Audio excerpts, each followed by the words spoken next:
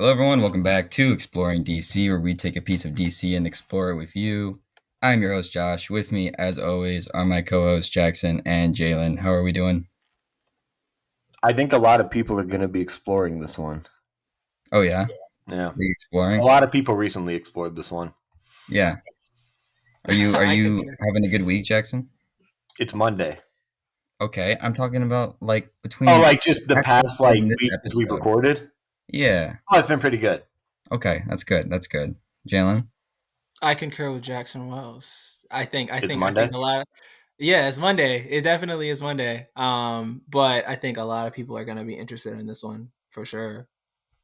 But we're doing That'll be good. good. We're doing all right. Abby, we had you on for the last Peacemaker episode, and you're back for this one. How are you doing? I'm doing well. I'm ready to talk all things Peacemaker. I am too. I just wish I dressed better for the occasion, but Yeah, if only you had something more related to the show. We make do with what we have. I do want to show that I'm a very mature adult, and I went to Target yesterday and I found action figures. Oh, and that's gas! Oh, that's gas! I bought Nathan so gas! and Mr. Triple. Oh, that is amazing! Because they go you squeeze their legs, they go like that. That is so cool, dude. This man has a girlfriend. I have a girlfriend. Everybody listening right now, there's hope. There is hope. Well, I'm going to show off my figure. I've got Peacemaker. That's so cool. That is so cool, dude. That's a great Josh figure. Yeah. Yeah. He's cool. You guys know what I love about Peacemaker? Is that you truly never know when the intro is going to happen. I love it. Yeah. Wait a second. I knew it was coming. I knew it was coming.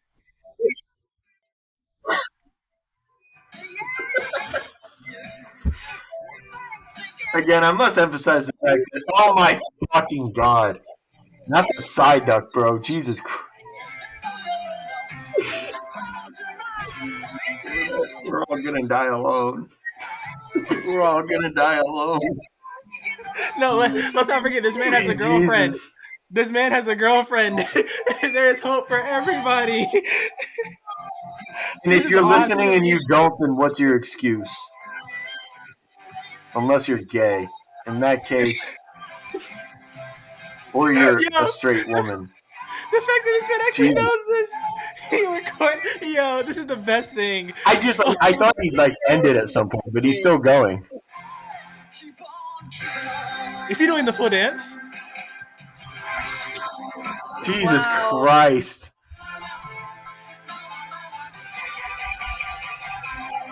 He's going to be used as blackmail in a couple years, man. He's going to be at his fucking corporate job, pushing papers and taking phone calls, being "Hi, this is Josh. Thank you so much for calling AT&T." And someone's going to pull up this video and be like, "Hi, look at this fucking idiot." Jesus Christ. I mean this in the nicest way possible, but you dance like a Lego character. What nice way is there to mean that? How can you possibly mean that nicely? That took a lot of practice. I can tell. You put in the work. And it still wasn't that good, but shout out. Welcome on in, guys. Welcome on in. Following the exposure of Project Butterfly and the disbandment of the Task Force X, the 11th Street Kids grapple with new identities, new friendships, and new rivalries. For Peacemaker, this means reconciling his past with his newfound sense of purpose here and in an alternate dimension. Meanwhile, Rick Flag Sr. reappears as the director of Argus, focused on controlling metahumans and avenging the death of his son. At the hands of Peacemaker, I am out of breath. Directed by James Gunn, Alicia Jones, Greg Mottola, Peter Sillett, and Brad Anderson. We kind of talked about all of them. Nothing crazy there. And then written by James Gunn. Music by Clint Mansell and Kevin Kiner. Jackson, we'll talk about the soundtrack stuff a lot, I assume, but music-wise, did you anything improved here with the Kiner score? It was about the same as season 1. Yeah. Pretty solid, got the job done. Pretty solid. Cast here is all the same. Nice, it is nice to just see Clint Mansell and Kevin Kiner still around, because that's a real relic of the past, the golden age of of superhero of stuff, and Star Wars music and all that stuff. Yeah.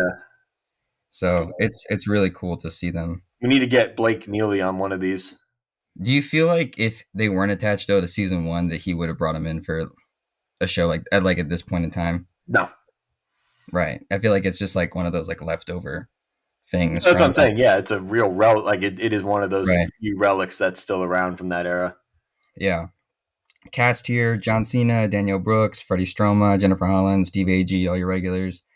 They brought Robert Patrick back from Earth 2. Some new characters. Obviously, Frank Grillo is the big one coming in from Superman and starring Creature Commandos, which we talked about both of those. So Rodriguez is playing Sasha Bordeaux, who is like Frank Grillo's right-hand woman. Who David else? Denman's playing Keith He is. in Who Alternate else? Dimension. I'm leading up to it. Michael Rooker's playing Red Saint Wild for a couple episodes. And Jackson. Langston Fleary, Tim Meadows, Yeah. That's my goat. That's my goat. who might be our best player. MVP. MVP.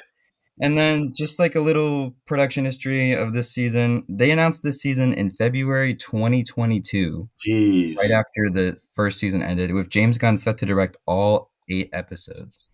Then in April 2022, the merger happened, and by the end of that year, Gunn was made co-CEO of DC Studios.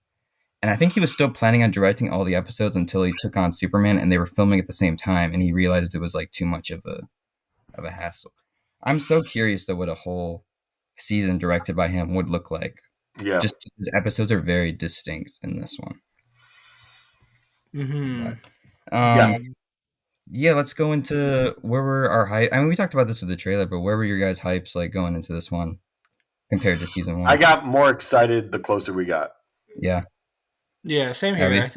I think because of like since this was the third project in the DCU and the first project after our, like Superman, the big one, and then James Gunn was like hyping this all the way up. So I think I was myself like, okay, yeah, we're about to go into something big. This is about to be like our universe defining, like roadmap kind of.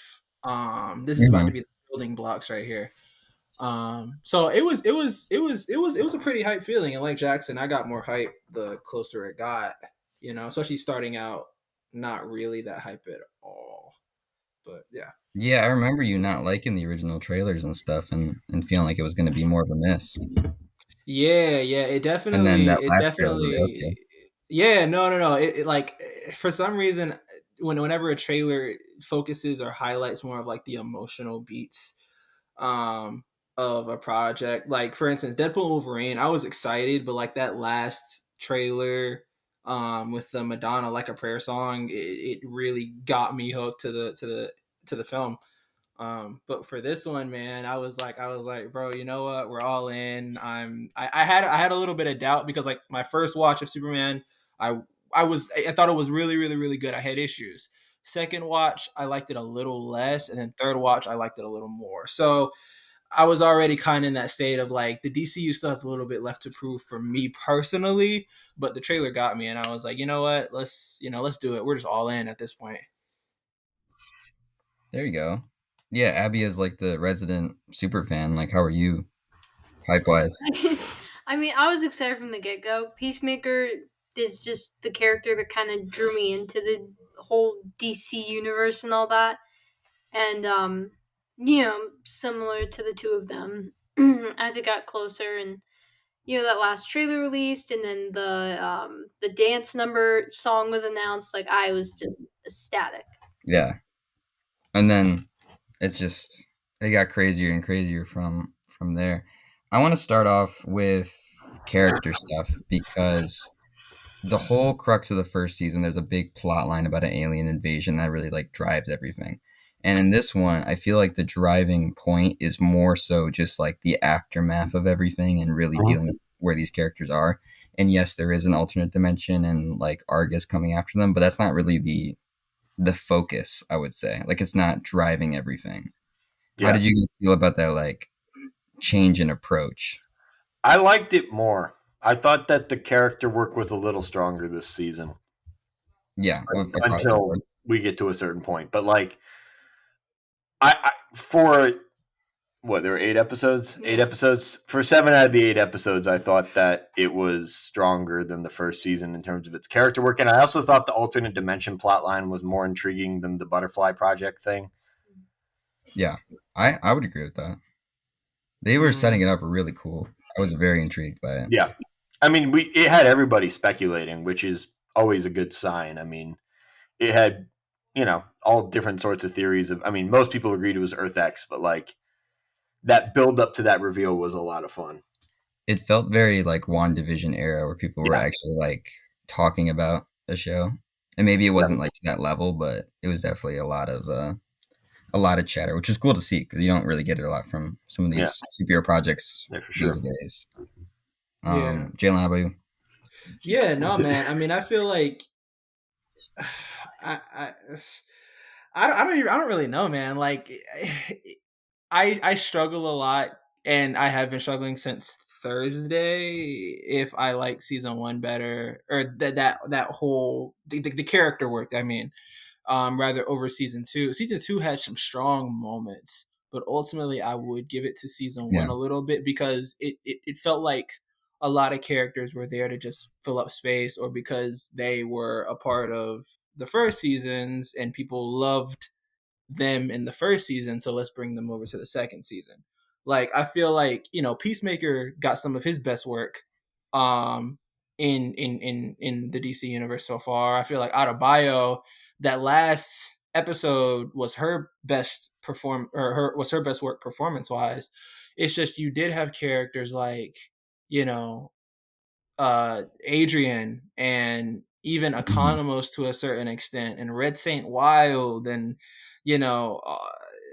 some of these other characters where it's just like, they were just kind of there to fill up space, and they didn't really get too many moments. Like, I don't think Economos really had a defining moment rather than just a line. Like, I mean, I really love the line of like, when has what we've done ever been for the good of humanity?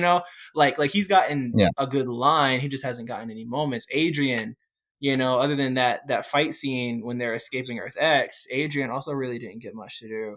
And then you had Adebayo, where it's like, I feel like Adebayo could have been such a strong force, especially because the actress was just Oscar nominated like 2 years ago, like after Peacemaker season 1. So in my mind, she should have gotten more to do, but it felt like she got less. So I think just because of that type of stuff, I would personally prefer season 1. But like I said, it is still strong. And the performances are still great. Like I said, Jennifer Holland is my MVP of this season. She definitely got the strongest character work out of all of the returning characters so far. And of course, Tim Meadows is just greatness, the best in any scene that he was in.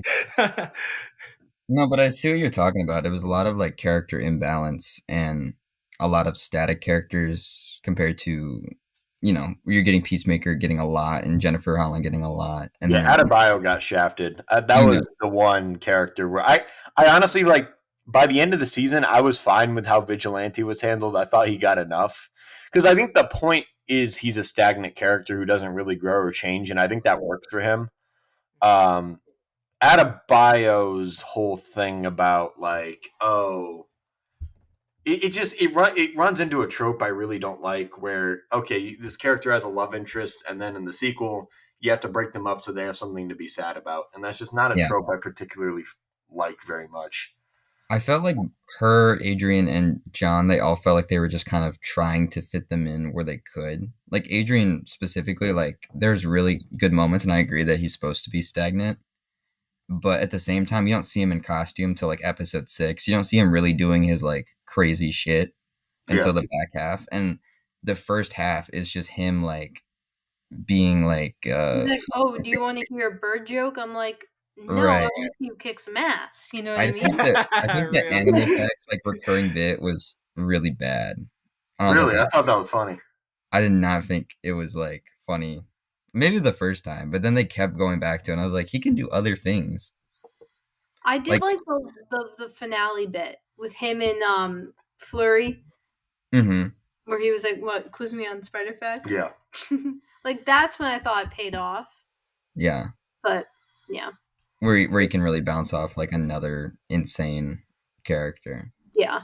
Yeah, I agree though, Jackson, with Adebayo as well. I felt like, especially in the middle part of the season, she Yeah. felt very disconnected from what was going on, and I really loved her stuff in like episode 6 and 7 when she was Mhm. on the Earth X planet. I liked her dynamic with Judo Master, and I would have liked to Mhm. have seen more of that. I know, so I it's thought like that it's they it's bounced off because disappointing.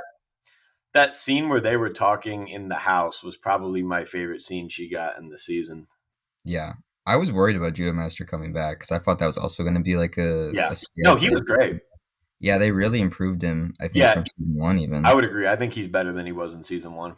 Yeah, he had so many great. I love that when he goes into the pocket universe, he still has his costume on. Oh! Also, I will say the best line in this entire series and one of the funniest lines James Gunn has ever written is when Vigilante sees Judo Master and he's like, I fucking hate this guy, this little fucking guy. That shit took me out. I was like, that line read had me in tears. It was so funny. That is like And then he was such just an pissed off because he was wearing green. yeah, no, I was gonna say that was like such a not James Gunn line. I loved it. Like I thought that was so funny. It's like a Tim Robinson line, bro. That's what I thought too. I can hear him say that. I hate this guy, this stupid fucking guy. Like I can hear him say it, and I think that's why I found it so funny. Like that shit had me rolling.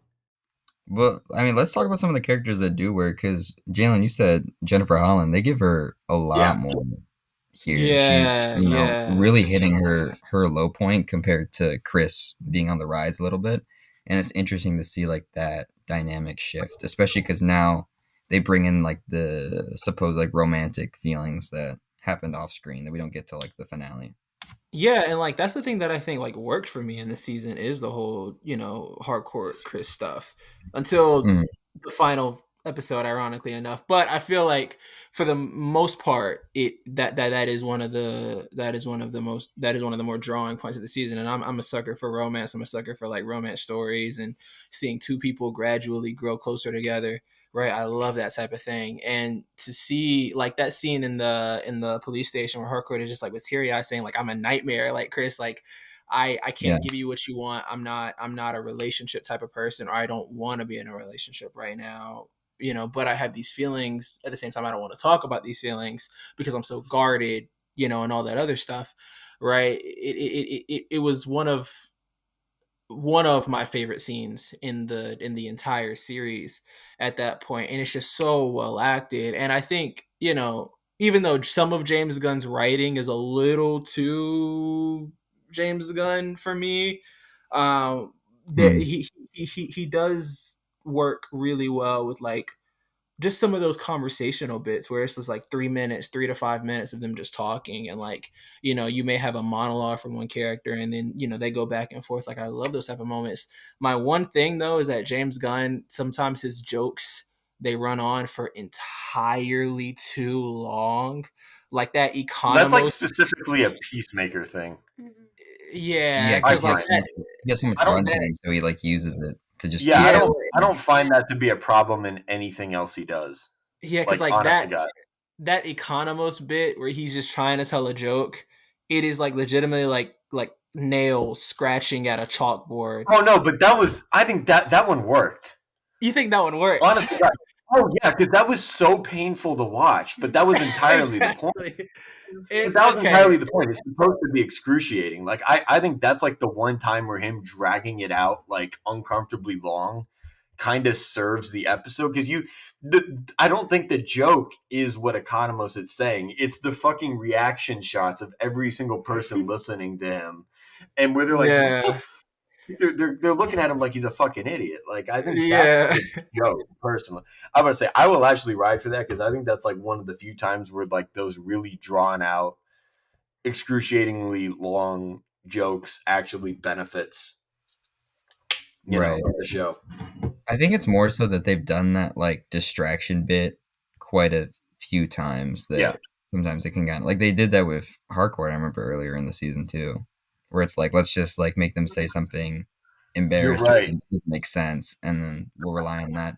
And then also I don't like in that bit with Economist where it keeps turning around being like, am I distracting good enough? I'm like I feel like the people would see him do that and be like, "What are they doing down there?" Yeah, but I also think Economos would do that. Yeah, I don't know, because he's he's very self-aware, very self-aware, but he's also very anxious. right? So I think he would like. I like how he lost his nerve in that bit. Yeah, that makes sense. I wanted to talk about like how they use the multiverse, even though it didn't end up being the like focal point of the Yeah. end.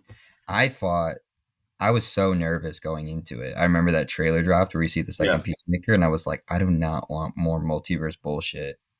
I've been seeing it again and again and again. Even with DC, it's like way more common than you think. And I thought that the way they did it, and it was only character focused to Chris. Exactly. Like, there was no cameos. There was no, even like the Earth X stuff wasn't turned up to like 11, you know, with like Overman or some shit. Which I appreciated. I thought that it was really well done in that sense, and I'm hoping that if they use it in the future, it'll continue to be that sort of thing. But the finale kind of got me like curious what their agreed are with it. But how did you guys feel about that like storyline? Yeah, I mean, I have no complaints about its usage in the multiverse. I don't know about you. Yeah, no. I mean, yeah, I don't. Honestly, like I figured Gunn would handle it this way. A lot of people were nervous, but like, I feel like James Gunn as a writer is not one to devolve into that sort of shenanigans. So I wasn't too nervous. He did exactly what I thought he would, and he used it to get to the core of the characters, which cool. I thought the Earth X stuff was really interesting and really well fleshed out.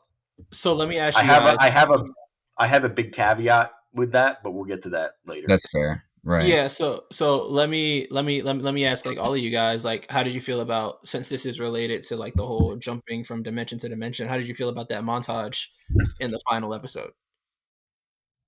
I thought that was cool. I liked the song. That was probably one of the only needle drops that really worked in that episode. I liked the juxtaposition between all the people dying. You see even Tim Meadows you see his character start to lose his cool, which that's the first time you see that in the season. Which I really like that. That's a bit from that episode that I thought was kind of understated, but you really do see him start to like lose his edge. Juxtaposed with like Flag drinking and celebrating with all Alexa's goons. I thought that was really effective. Right. I think in terms of like how they use stuff, I like that it continues to not be like cameo fest. Like there was that rumor that he reached out to Ryan Reynolds about, not rumor, like he said he reached out to Ryan Reynolds about Deadpool, and I'm like, we dodged a bullet with doing dumb shit like that. Like we don't need that. But I also still feel like it felt like Doctor Strange too, where it's very surface level of like, oh, you can just get a little peek at something else, but you don't actually. But I mean, I think that works here because you literally are just getting a peek, you know? Yeah, right.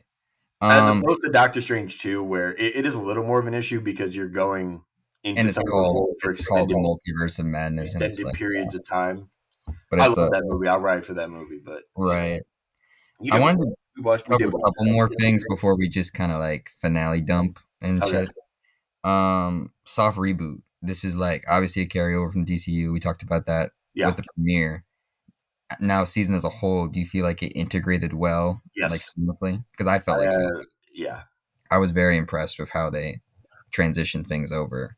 I mean, it really is that one fucking scene. Like, that's true. I can ignore it. Like, it's not that big a deal. But and I think the recap deals with it in a cheeky way. Like, I'm chill. The way they used a lot of the Superman stuff, I mean, outside of maybe some finale problems, I thought was well integrated. It wasn't like obnoxious. I think the most obnoxious thing was the scene in the beginning with the Justice Gang. Oh, okay.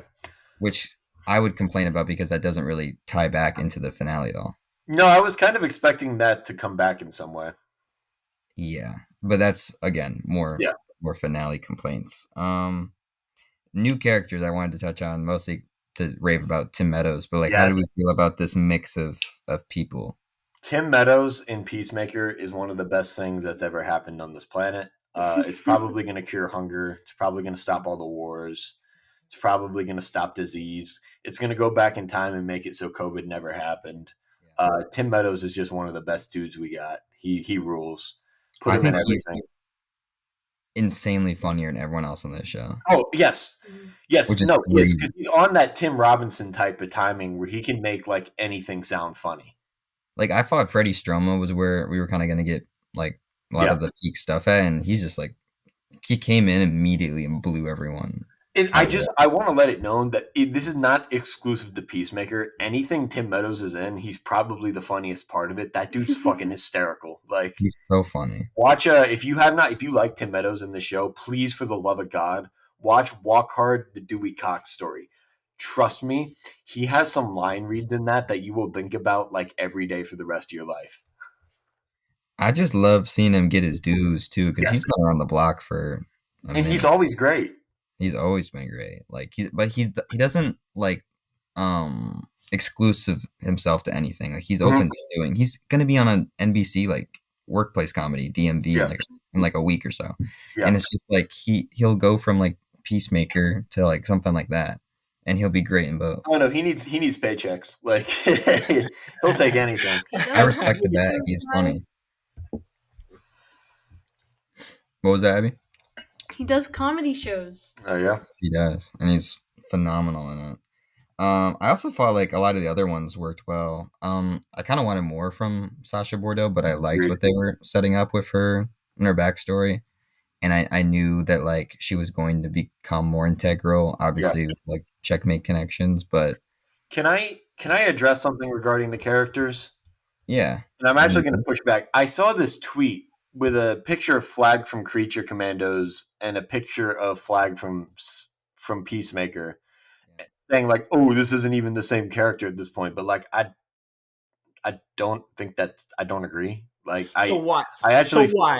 Yeah, why? Why do you feel like that tracks like from Creature Commandos all the way to where we're at the end of this show? I mean, in Creature Commandos, he just blindly follows what Amanda Waller says. He goes to the island and then bangs a fascist dictator without like giving it a second thought.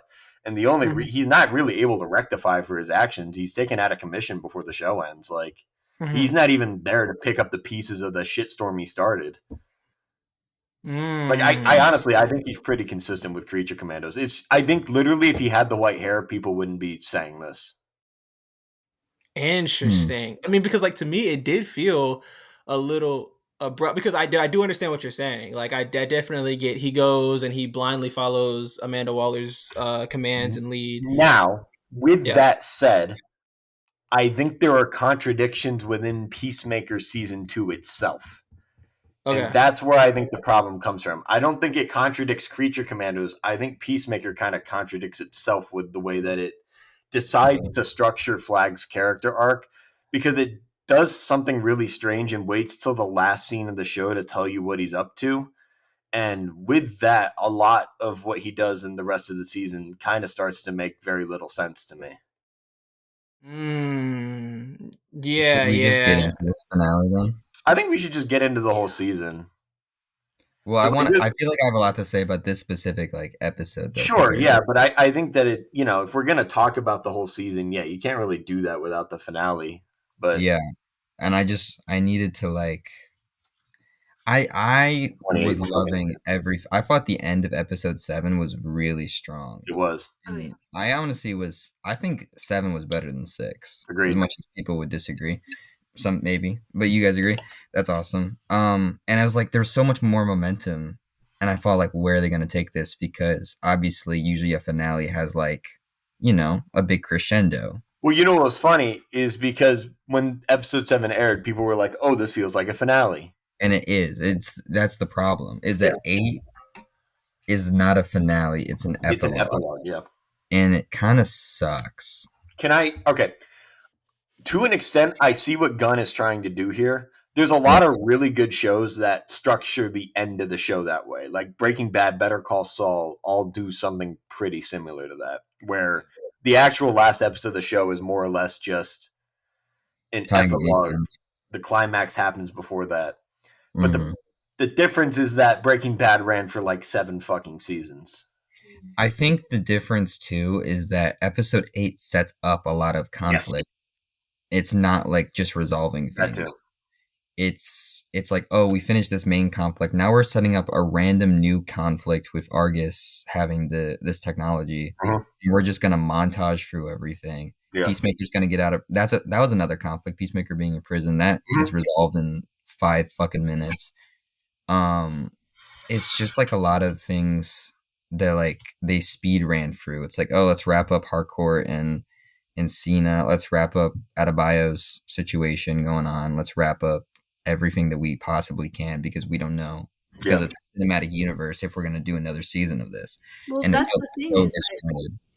sorry to cut you off. Gunn had said he's not doing a third season, which was very aggravating just because, not everyone is. I feel like Gunn does a lot of setup. Since taking over the DCU, he's just been trying to get things back into place. And so, you know, he's almost planning too far ahead, I think.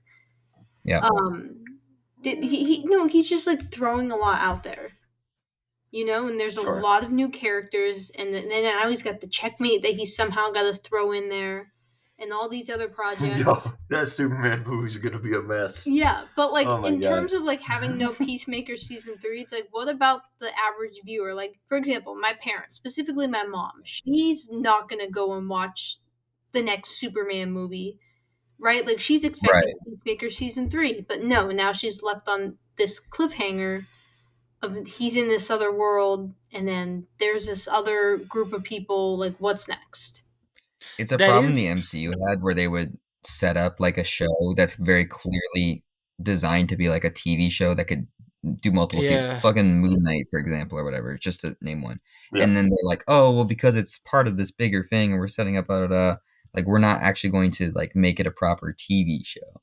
Yeah, and like that's kind of the thing with like these cinematic universes at this point, where it's like they're even trying to do it with Star Wars, where like you get and I don't know if this movie is still Don't happening, but don't start me on this the bullshit, the Jalen. the Disney Plus stuff into Don't whatever fucking event start me on movie this, man. they had or are I won't having. I stop don't know. talking about Star Wars if you start talking about Star Wars. We're not talking about But Star like Get that's me Wars. the thing started is on that I this think in some cases that bullshit. whole thing works where it's like you have a TV show and yes it's set in this universe, but you don't have to watch the next film that they're appearing in to one understand where this character has been and two where this character is by the time his second season or third season or fourth season or whatever rolls around.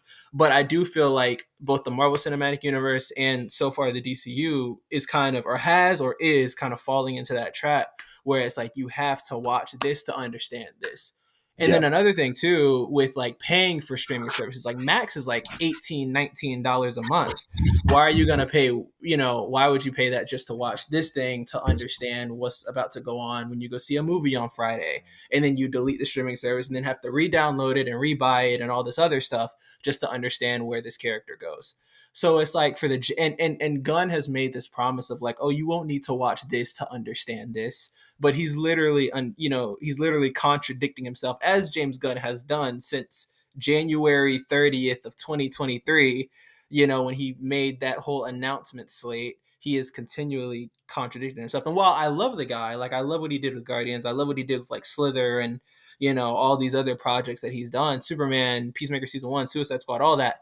There Peacemaker season 2 does highlight a lot of what my critiques are with James Gunn's style of storytelling and even just how he is as a creative. And when like before the DCU even started, me and Luis were having a conversation where it's like, yeah, James Gunn is the head of this universe, but where is the bound, like, do you fully know how to create a throughput story and still learn the business side of things, the marketability of certain projects?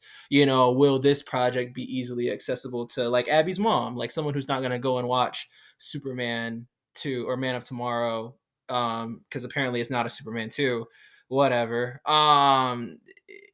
Will to understand what happens in a Checkmate series or the second season of Creature Commandos or the first season of Waller or wherever they go with Peacemaker's story, like where does that line blur for James Gunn. And I guess that's why he has Peter Safran, but I don't know. I'm just annoyed that this wasn't an issue ever with gun stuff. Like every Guardians movie is very contained. Suicide Squad, Superman, and Peacemaker season one. Like Jackson, when I was asking about like integrating it into the new universe, you were like, yeah, it stands alone, so it's easy to retcon it into like a new thing. That's what works about it. The whole point of the first Peacemaker season was that like they had all these references to the wider DC thing, but they were doing their own thing, and it felt like TV. It felt like actual like episodic fucking television.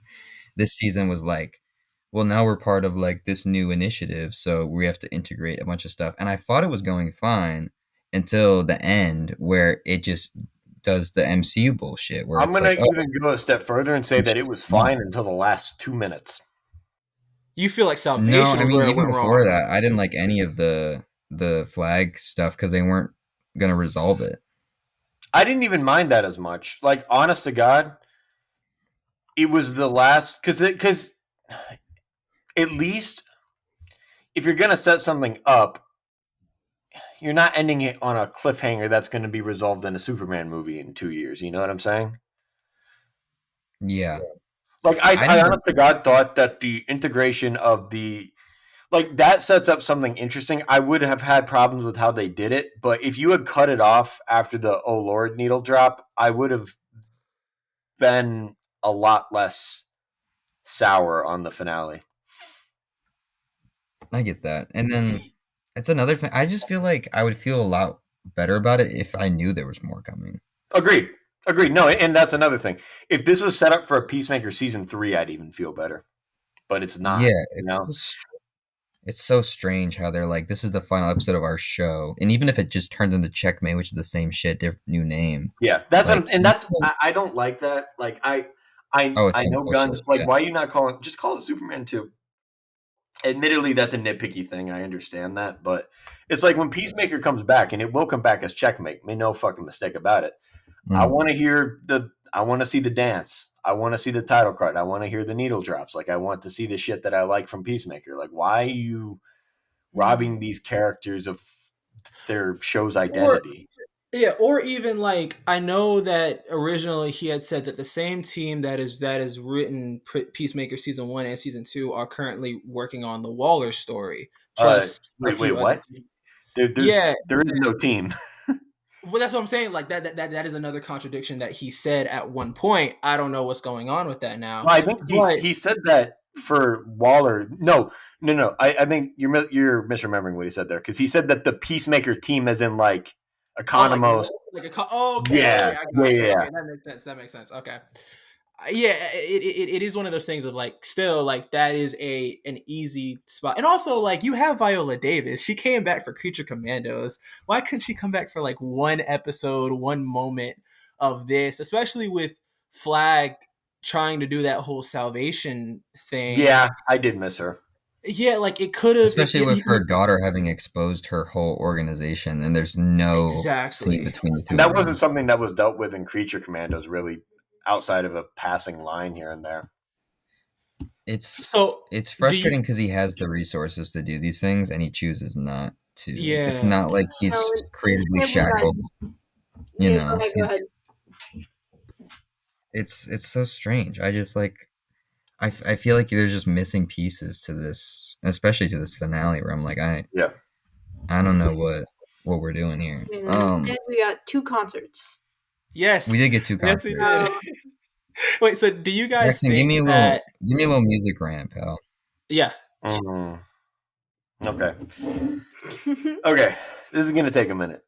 But I have thoughts on the soundtrack. Now, I'm going to start this off by saying that in the Guardians trilogy, Gunn basically changed the way pop music is used in films, and especially contemporary blockbusters. Like there is pre-Guardians of the Galaxy and there's post-Guardians of the Galaxy. You see James Gunn everywhere. If you go to the Super Mario Brothers movie, there are 2 or 3 songs in that movie that were on the fucking Guardians soundtracks. Like there Suicide Squad, the original one, tried to do James Gunn needle drops. Like the list goes on. Star Trek Beyond. Like there are all these fucking movies and shows now that are trying to capture what Gunn did with Guardians. in terms of its usage of soundtracks. So, I mean, the guy is really fucking good at it, and he has really good taste in music, I think. And I think he's really good at making it tie into the story, too, especially in the Guardians trilogy. Now, what is interesting about the Guardians trilogy and the way that this ties into the characters is that obviously Quill has this cassette tape from his mom that he got when he was younger, right? The characters that surround Quill, so we're talking Gamora, we're talking Nebula, we're talking Drax, we're talking Rocket and Groot, right? Okay. So in the case of Drax, Nebula, and Gamora, the way that Gunn wrote it initially, their entire species was wiped out. So their culture was gone. It was a complete and utter ethnic cleansing of their homeworlds. They were basically the last of their kinds, right? Obviously, that was retconned in Infinity War to an extent, but the way that Gunn originally wrote it, that was the case. So they were left with really nothing else. They did not have any physical artifacts from their home world. They didn't have any music. They didn't have anything. So when when Quill comes in and he starts sharing this music with people, it really does impact them on a deep level. And I think that it strengthens their connection. And I think that it's a really good storytelling device to bring those characters together, those specific sets of characters together.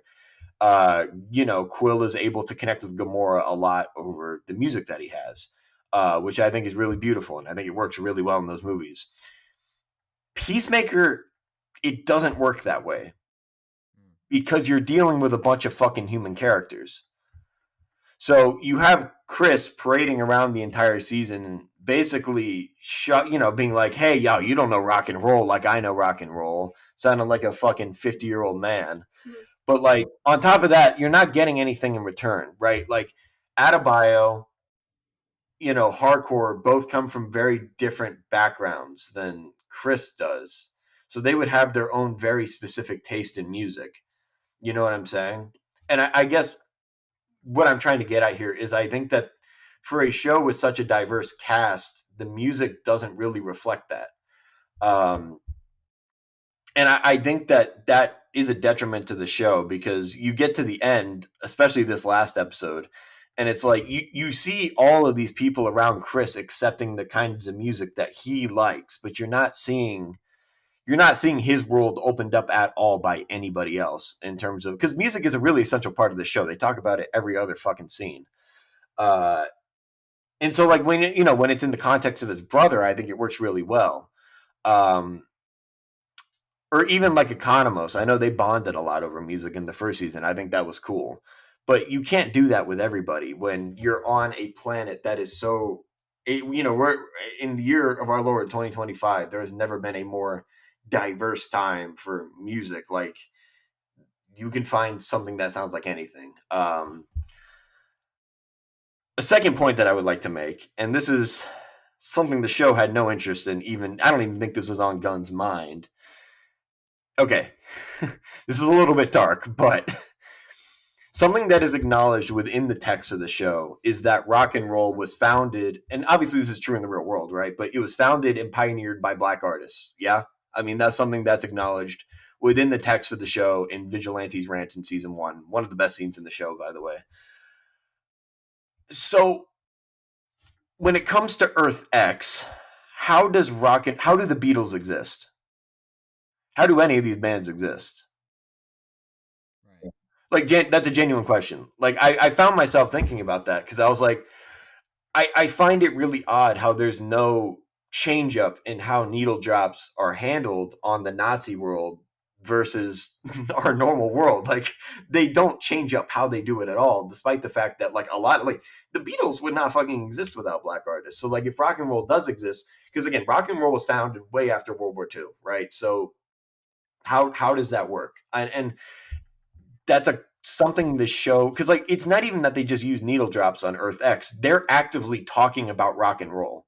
Like there's that entire thing with Keith and Hardcore talking about rock music, like it's like they're on our Earth, except Mick Jagger's on the Beatles. You know what I'm saying?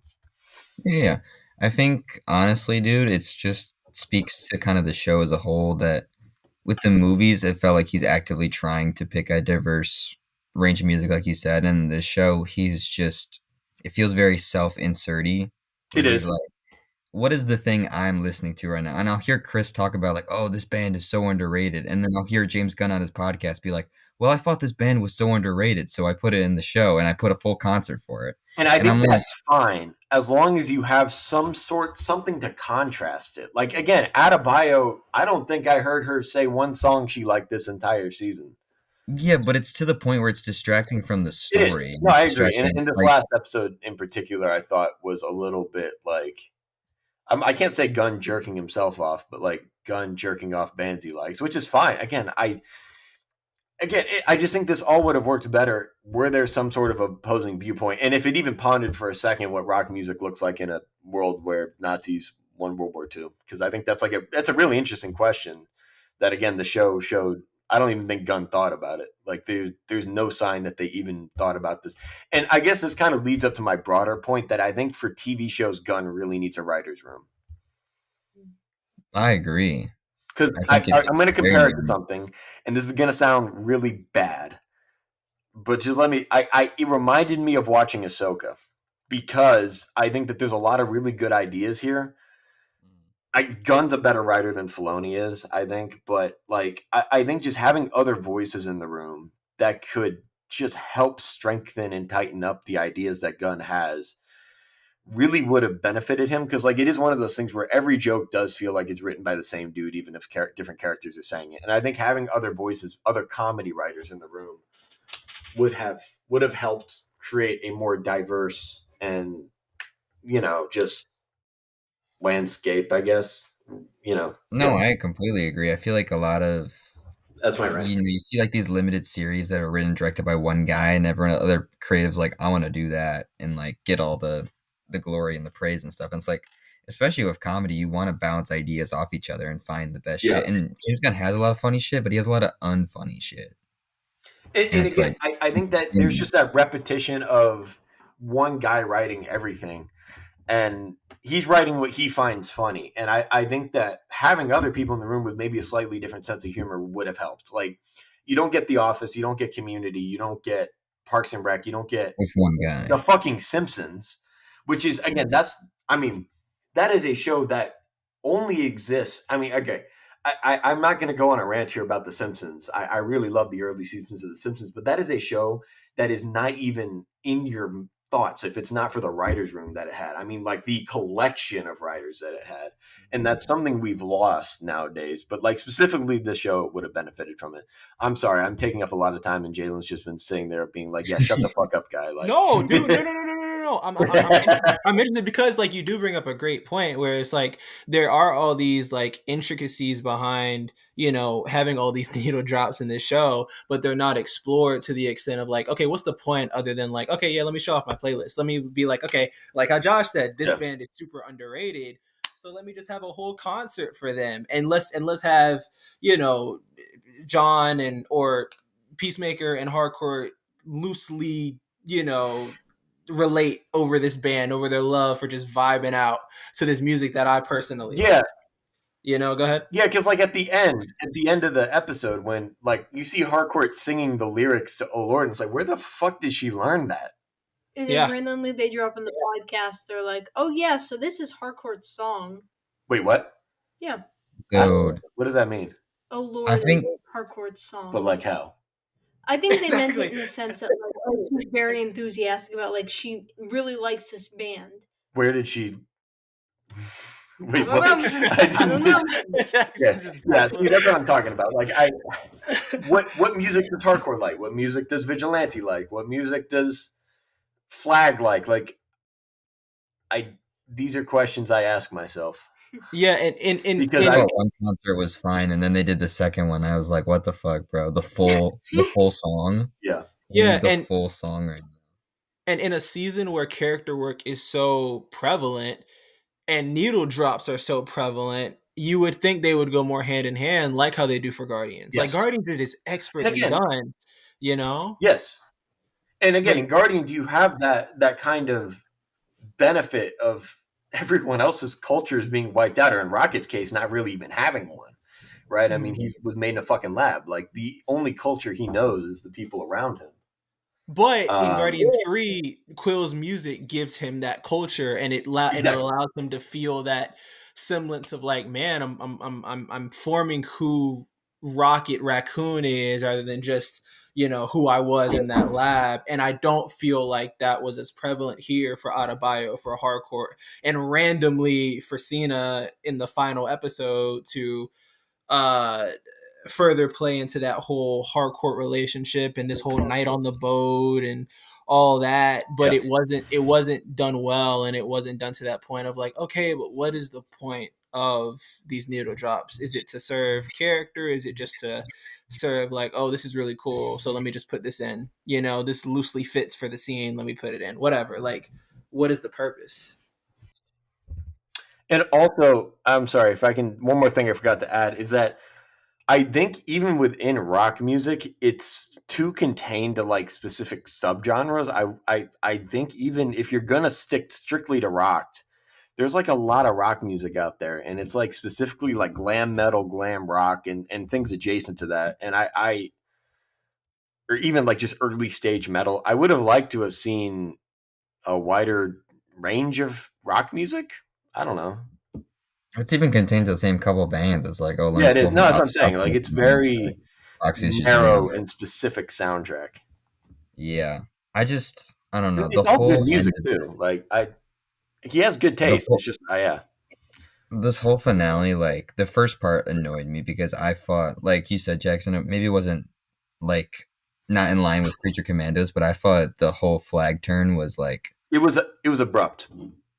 It was because the whole season he's setting up that like he like beats up Peacemaker. He's like, that's not what I'm actually like. That was just And a again, that's why I misdirection. think it's a contradiction of the show and not of Creature Commandos. But I'll shut the fuck up and let you talk. Well, Sorry. but I was seeing people theorize that it would make sense that if like Flag got replaced or something, because then you get to the scene with Hardcore and she's like, you know, she calls him General and he has no reaction to it, or even like how he's like laughing along with everyone, and people are like, maybe he's like, changed, because obviously we even have like cyborg people in this show, Oh god. but it's not doesn't That's how seem like you that's know what it's it bad is. when we're getting to like the he's a scroll because he's acting weird type of Well, that's theory. what I'm saying, dude. It just feels like they completely were like, let's make him like a mustache twirly. Like, all of a sudden, he goes from Superman 1 month ago being like, Lex needed to be stopped and put away, but the metahumans are out of control. To now he's like, I'm just gonna repeat the same exact villain scheme that Lex Luthor Yeah. has to a fucking yeah T. And yeah, it's a cool setup for like this salvation thing. Like, that's fun to see all the villains on some random planet. I like that a lot. I just thought, I'm like, it's not a really creative storyline to set up because you literally just did that. I just rewatched Superman. Like, that's the whole plot line of that movie. Yeah. Yeah. Is there a world, and I mean I don't know how likely this is, because of course, when things shift, you go back and change things. But just based off of how we've seen with like the MCU and how these slates fall out, do you think there was a world where the idea they had for Waller was gonna lead into what this season could have possibly been, and you would have seen more of Rick Flag and that whole descent there? But then obviously with Yes. the shift and all that other stuff, it moved, and they had to chop it up a little bit to make it fit more into this season, which is why it felt so abrupt. Do you think that's a possibility? Yes. Yeah. What do you think, I would Josh? have loved to know what his pre-planned takeover was for this season, like before he took over the DC. Because if he was attached as far back as 2022, and obviously we talked about how he had set up like the ghost of his father and Goff and all that stuff. I'm so wondering, like, what was the storyline pre, like, Yeah. I'm in charge of everything now, I can integrate Superman. Like, none of the Flag, like, pocket dimension stuff I feel like would have been a thing. Maybe an alternate dimension, but I think it would have been really interesting to see. Yeah, like you said, Jalen, like if Waller was going to be implemented or all that stuff. But under the old regime, I don't think Waller would have got made anyway. No. No. No. No. So it's not really like a relevant question, I guess. Yeah. I guess it is just one of those things of like, it does feel so abrupt, and it does feel like there were other ideas that Was a they piece had. missing? Yeah, but like something big and something abrupt was missing for him to just take that shift from like where he was in episode one or two or whatever, to where he gets. I mean, and I guess you could use the argument of like he was using Harcourt from the beginning because he knew how much, he kind of knew Harcourt and Peacemaker may have had this thing or whatever, right? So he saw that as his end, and then whatever. But the thing that doesn't make sense to me is him being against Lex's plan and Superman just to fully enacting it anyways, and then getting all of Lex's lackeys and all of that. That's just the part that I understand a part of it, but it's just I don't understand the whole of it. And it does feel like there's something that Yeah. maybe was supposed to come first, or that they had written in the original scripts, but it just didn't make its way onto the page. Like, I know James Gunn said there was a whole story that was scrapped of where Peacemaker's mom was, and he knows where she is, and he's going to introduce her later on at some point. But it's like, if you're not doing a season 3, then where?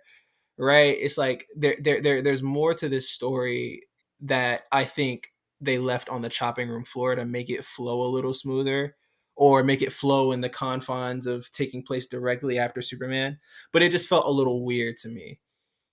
Yeah, no, I agree.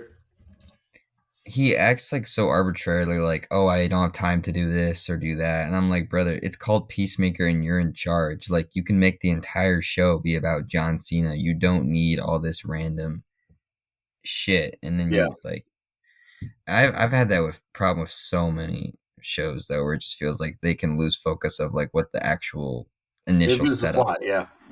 Yeah, And I mean, fucking Flash, used to be about Barry Allen, and then like by season 9, it was like, oh, what are these two people in a relationship going to be? Like, all shows do this all the fucking time, and it's so. Yeah.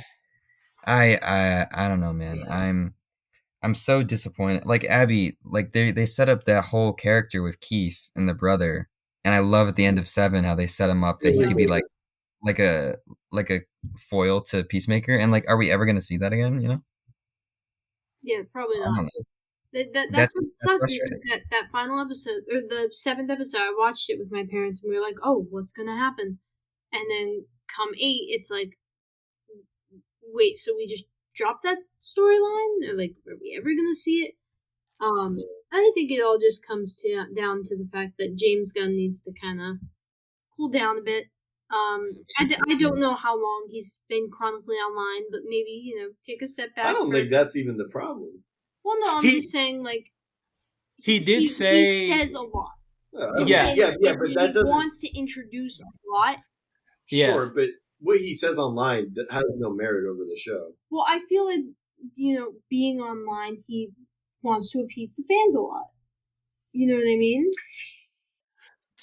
I appreciate the point, because like I feel like characters like Vigilante are solely in this show because of how much love they get online. Wait, exactly. Sorry, can you run that back one more time, Josh? No, I feel like Vigilante in this season is solely here because people love the character online, and he recognizes. I think James Gunn is very clingy to things that he makes. That's always been true. But I feel like that's just Gunn being clingy to this character that he likes. Yeah, but with him being in charge of this I think we're losing the plot here. I think. With him being in charge of this whole ship, he did also make a point where he was like, I wrote this entire season. I wrote the first and second drafts of this entire season in a hotel room. So with him being in charge of this whole ship, like Abby said, he does need to take a little bit of a step back. Yeah. And just like fully look at the whole of what's going on. My whole thing is that he wrote 2 TV shows. Yeah, he wrote 2 TV shows and a movie while trying to run a movie studio. Yeah, in like the span of a year, he wrote all that. Yes, and that's what I think. Like, we're really, when you get down to brass tacks, that's like really what you get to is like. And I kind of felt that with Creature Commandos too, where there was individual moments that were really strong, and then like when I look back on it as a whole and the pacing of it feels very off, especially towards the end. They feel like first or second drafts, like. Yeah. Specifically, exactly. Peacemaker and Creature Commandos feel like that they could use like 1 or 2 more revisions, or, and I'm gonna sound like a fucking broken record here, but just a writer's room. Like, get other voices in the room. It's like he writes stuff. He's like, these are all my greatest ideas, and then I'll figure out the ending later. But here's my placeholder ending, and then he like tweaks the placeholder ending like a little bit, and then it's like, okay. And then I mean, at least Superman turned out good. That's the important part, I guess, of the three. But it's frustrating, man, because I thought season 1 was such a tight. I mean, we just rewatched it. It's such a tight It was package. tight, yeah. And Yeah. not to mention, Do you guys have any other big he points? yeah, but like to also mention too, before we move on, is that it doesn't seem like he's slowing down anytime soon because he's currently working on Man of Tomorrow, and he said the script is done or whatever, and all that other stuff. But at the same time, when are you overseeing what's going on with Supergirl? When are you overseeing what's going on with Lanterns? Or is that just Peter Safran's job? Is Peter Safran's job just to be over what's going on set, and then your job is creatively? Gunn's talked about. Yeah, go ahead. Gunn's talked about like seeing dailies and shit from those. I'm not, because like that's a little less hands on. I think he's made it very clear he wants to let creatives do their thing. So I'm not surprised that he's not like hovering around like Kevin Feige does. That doesn't shock me. Yeah. With that said, I think he needs to slow down, but also I think he kind of is. Like he's not writing Creature Commando season 2. I think, as far as we know, Man of Tomorrow is the only thing he's writing right now, so that's good. I think he's writing some secret. I think he talked about a secret show, and Oh. I bet your fucking Right. ass it's some checkmate Right, yeah. show. Okay. Wrote that he. My theory is that the whole reason they're doing this checkmate shit is because they can't get John Cena for a full another season of television. Oh no, I don't agree with that at all. Cena so clearly loves this. I think You think you'd do it? It's Gunn doing the same thing he's doing with Superman. He's just basically doing the same thing but changing the name for some reason. Oh yeah, and then he'll just be like, "Oh, it's not Superman 2, it's Man of Tomorrow." Like, shut up. It's Superman 2. There he is. It's named after Superman. Why don't you just call it Superman Man of Tomorrow? I don't know. That's a. It's not Batman Begins 2, it's The Dark Knight. All right, pal. Crying, dude. You're fucking. I don't know, bro. I love Jimmy. He pissed me off, but like I love him at the same time. You know. Do you guys have any other big points? Because I have a couple like little things. Hit us. I think I already talked about it. I would have loved to see more David Denman. I thought what we got of him was really strong, and I loved his setup as like a villain. Oh, can I ask a question real quick? Yeah. Do you think that Gunn is just going to start like Stan Leeing Michael Rooker, where he just comes back as a different character and it like goes unexplained? Oh yeah, no, he said he was going to do that. Oh, did he? In the podcast, Oh, yeah. great. I love that. That would be great because Red Staying Wild is such a waste of a Michael Rooker. There's no if that's the only character you'd use. No, I fully support. Dude, I fully support Gunn just going full Stan Lee with Michael Rooker. I think that rocks. That would be cool. I was like, the Red Staying Wild stuff did not land for me. I agree. It felt like filler. Yeah, no, I saw Discussing Film. I read their review of it. I don't remember what I was doing, but I was reading their review and they called it a Family Guy bit, and I did feel like a Family Guy bit. It did feel like a oh my yeah. The checkmate thing pissed me off that like they just slapped that name on there without actually having like any like comic ties to it. It felt very Arrowversey, where it's like, oh, let's just call something something just because Sacha Bordeaux's related to it. Yeah. And I always think that's annoying when shows do that. I don't know if I have anything else that's major. I might have thought of it, but it's blanking on my head. Where do we feel like DCU year 1 real quick? Like where are we at with everything? Ranking wise? Yeah, just kind of like, overview thoughts of the year so far that we had. But I mean, we'll do a wider recap of the year. I speak for everyone when I say I'm excited for Lanterns to see what else this universe has to offer. I need it. Jackson, I feel like midway through the season, you said that this season was like the best superhero thing coming out of the year. It was. So, but now do you feel like Superman's kind of like... Maybe. I thought it was probably handily better than everything else until that finale. Abby, I what do you rewatched think? Superman like this weekend. That shit has problems, but it is amazing. Yeah, I mean, I agree with Jackson where it's like I was really digging it up until that final episode. It just really struck a lot of chords for me. I like James Gunn. I like his work, and yeah, it was just disappointing.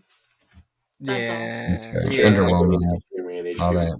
I'm right there. Like for me, it Yeah. is. If we're talking about ranking wise, is Superman, Creature, and then Peacemaker. Low key, I think. And I am so ready for something that is not. I would do Superman, Peacemaker, and then It is. I can't get down with. But the only reason why I say that is because I have recently rewatched Creature Commandos, and it actually does hit a little harder for me now. And this is only my first watch, so with a second watch, that'll probably rise to or fall, whatever. But it there were I will parts give you of, this: Creature Commando's best episode is its finale. and yeah, that and the Weasel episode. The Weasel episode got me. Like that episode made me actually sympathize, and Good. that is what James Gunn does best, is make you sympathize for certain characters, you know. And even like, to give this show his credit, like even on the podcast, he was talking about that Autobio Peacemaker scene where he's like, when I'm around you, you're big and you're dumb and you're stupid, but when I'm around you, I feel like you love me, you know. Like, and he was saying that he was writing that about his dad. And when I was listening to the podcast, I was like, man, that's why that scene hits like so hard, because those are the moments that is so like personal, you know, and you can feel that, especially with how Adebayo performed. And that's why I'm saying, like, you should give Danielle Brooks so much work, like so much more to do, because she is phenomenal when you actually give her something.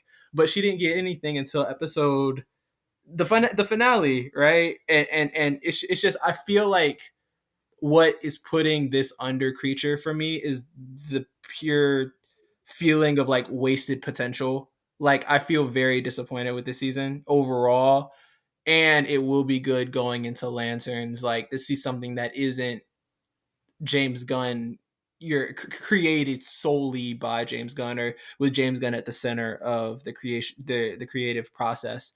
And plus, I'm just such a big Green Lanterns fan, so I hope they do my boys some justice, you know. But yeah, so for me, it's Finally. Superman, Creature Commandos, and Peacemaker. No, that's fair. Yeah, Superman's on my top. Like, I love that one, flaws and all.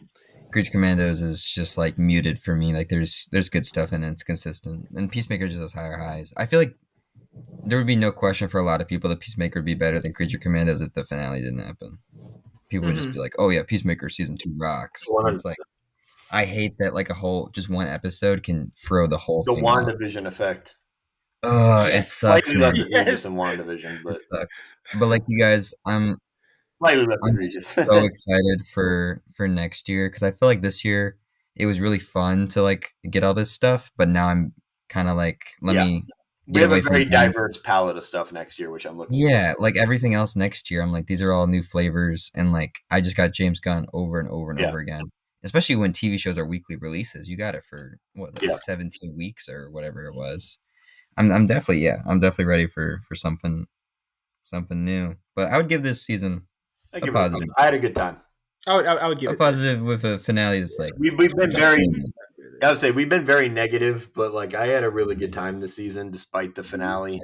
It did bring down the season for me, but like I'd still go thumbs up. I'd watch it again. I had fun. honestly, if you just finish the watch at 7, it's a really good, like 7 works as a finale well too. So I'm like, that's a good season of TV right there. So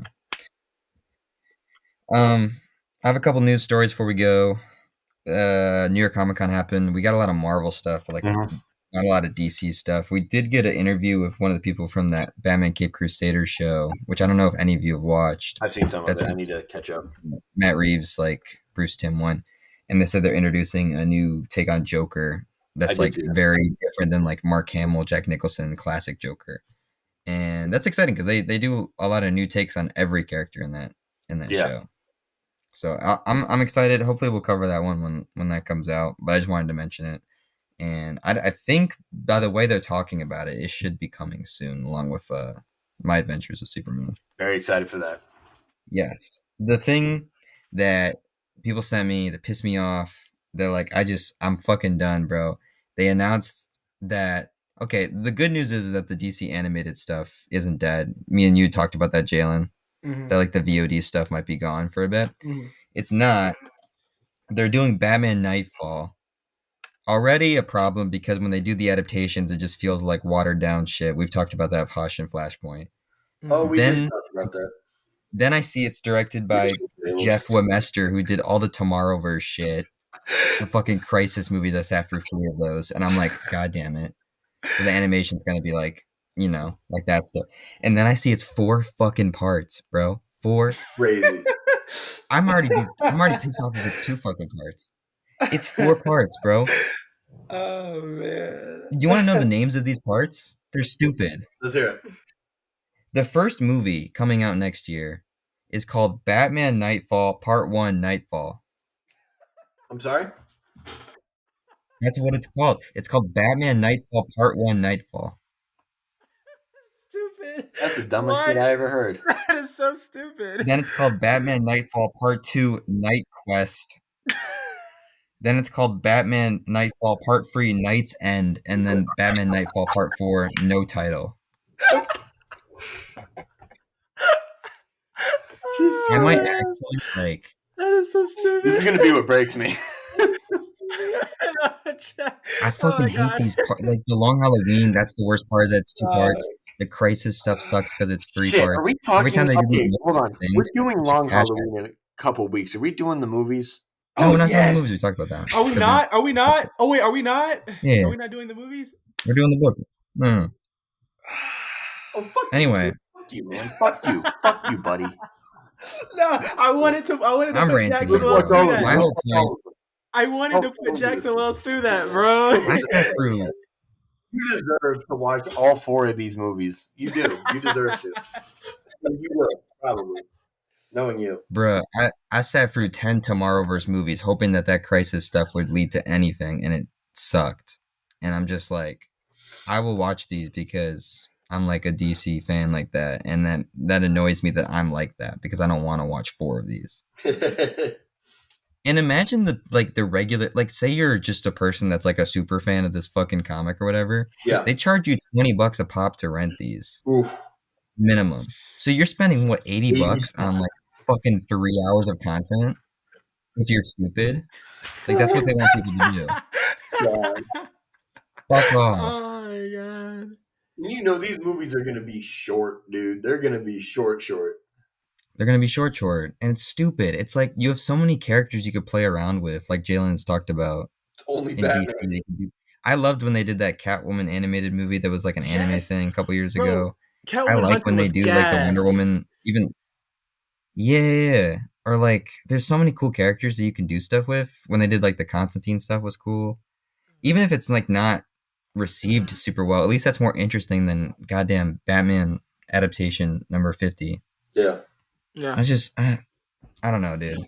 I'm happy it's not dead because it's like cool that we're still getting not DCU integrated shit, but like come on.